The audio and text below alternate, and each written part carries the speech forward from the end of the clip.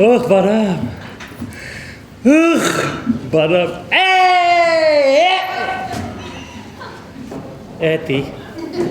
Ne işlep gireysen sen bende vakitsiz?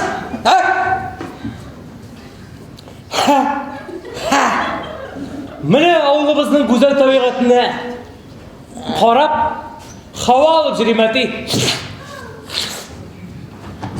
Nendi? Hatın kız tiresinden bitirilesin sen tağı ha? Bu ne degan sözü mende? Gelmemişke salışma. O günlük Şeyh Ahmet hatırı bilen nerse sayrat düşüp durayıganda. Nindi kişisiz eti. Menim avuldaşlarım bilen sıraşkanda isenleşip ötüğümde gayip kalırga turasızmı? Men de sizge hazır bala tugay.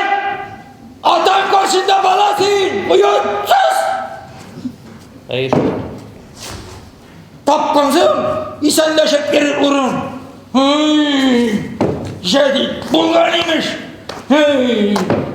Urus giyimleri giyip edem meskarası bulup atan İsemin pışıratığın gitmegen dövüne hatun kızartına üstürelesen koronu kaburgalarını sındırıp bitiremen.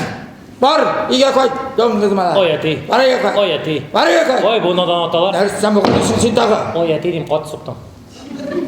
Oy eti. Oy eti. Oy eti. Oy eti. Hara sinene. Mala yaktığı.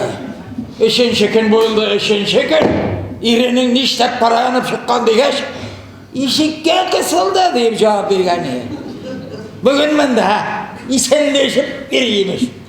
Kim görülüyor kurusulunum? Gülşayan gattemini sızamıyor.